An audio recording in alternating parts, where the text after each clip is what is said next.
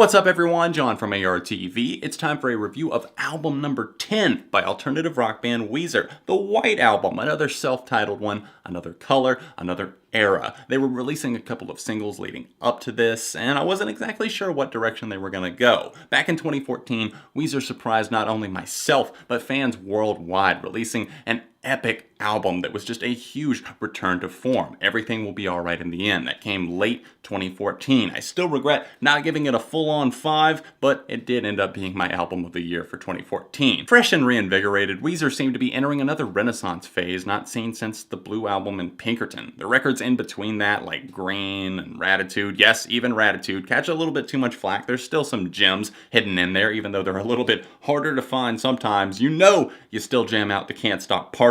If you're saying that you're not, you're just lying to yourself and me, and I don't accept liars here. Everything Will Be Alright brought back the breezy melodies, the rollicking guitars, and the nerdy but occasionally hard to interpret lyrics that the band built a career off of, and once again, it's safe to say that the White Album thrives in a similar fashion. Oh, so it's more of the same, John? No, sweet child, that's not what I'm hinting at all. In fact, these songs are much brighter, gleaming with a ray of hope, but diversifying itself as Rivers Cuomo pens these songs of self-doubt, relationships, troubled past, and gender stereotypes. Musically, the album is tight. It sounds top-notch, like golden age Weezer we know and love, and it's nice to see that contrast in the lyrics, making you question whether you should or should not be tapping your foot along and humming along to this melody whenever it's a sad or else a dark overtone. Look at King of the World. To the untrained ear, it might seem like a blissful pop rock tune about taking over the world and feeling confident, but after a handful of listens, I actually started hearing the lyrics and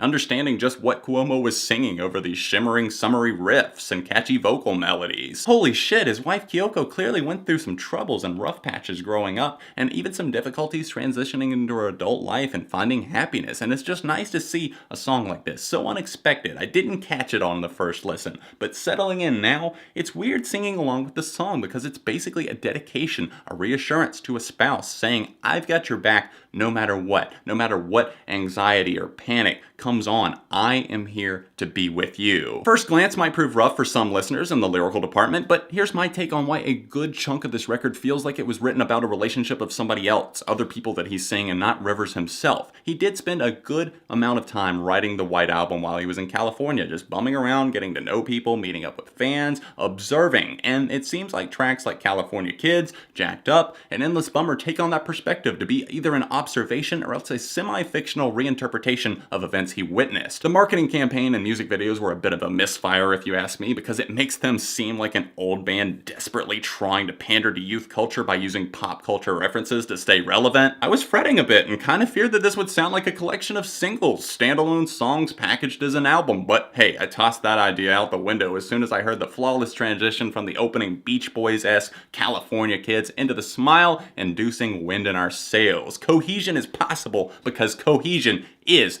the White Album. Those two tracks I mentioned are super fantastic as California Kids shows off a strong pop hook with those Beach Boys inspired vocal harmonies going on in the background. I'm not even gonna try and recreate those because I would just embarrass myself, but they also don't forget to layer in a strong alt-rock direction in terms of its musicality. Then comes Wind in Our Sails with these chiming keys and a punching drum pattern that just paints the perfect portrait of happiness in a strange situation. An adventure lost at sea, perhaps. Cuomo brings up some interesting points along the way, mixing in a feel-good vibe with some rather thought-provoking lyrics that make you wonder if you really fully understand what this song was about in the first place. Jacked Up really strikes as a favorite with repeated listens, also led with another entrancing piano part and some higher-pitched vocals from Cuomo on the hook as he cries of heartache and desperation. I'd also be lying if I said that I didn't find the track Girl, We Got a Good Thing immediately quite catchy, although it probably is the least memorable track on this album, reminding me a bit of Dope Nose in the vocal department. But hey, if I can say my least favorite song on this album is still a fun and entertaining time, you know that there's a lot of good content packed in here. Storytelling mode really kicks in on the fervent summer Elaine and drunk Dori, which is just a pleasant song, as that a weird thing to say? You've pleased me, young Elaine and young Dori. Thank you for your services. The song is pretty geeky though, definitely up to Weezer standards with its mermaid character and all. Hell, I'd say that Weezer are just as nerdy as ever, if not for that one, plus thank God for Girlz serving as justifiable evidence. Girlz stacks in the D&D references, tackles the whole gender stereotype thing that I mentioned earlier at the beginning of this review, and works at a weird pace unlike anything that I've ever heard from this band before. Weird, but oddly alluring, with these cinematic keys,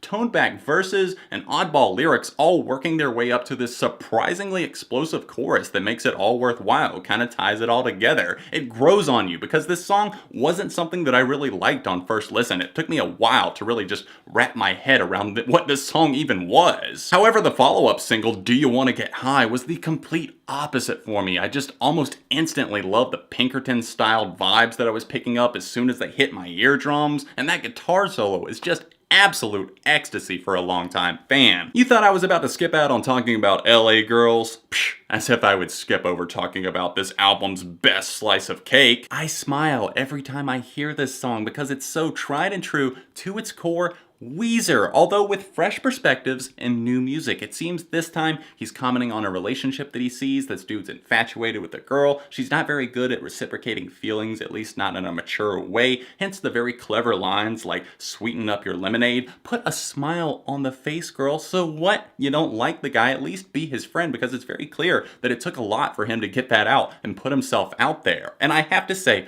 love the instrumental on this track. Everything about it just feels like Blue Album meets Pinkerton meets Green. It's just feel-good music, and the guitar solo on the outro of this track, so good, but that is not the only one that impressed me. In fact, I have to talk about this album's closer, the semi-confusing Endless Bummer, which features some stellar guitar work in its outro that we definitely have to get to. Now, I say confusing because of the fact that there's lines like, not all 19-year-olds are cool. It had me thinking like, what? I'm sure there's a deeper meaning to that line that I just haven't figured out yet, but as a whole, this seems to be about a guy who's spending an aimless summer wandering around because he got his heart kicked to the curb. It starts off as a very slow track, just rivers on the guitar, and it slowly builds up, kicks in those drums, and then some heavier guitars start to slice their way in. They fade their way in, and then they get huge. They explode and go off like fireworks and just take over. You love the epicness of the Futurescope trilogy on the last album? Well, blast the solo on this and you will just be impressed. You'll love every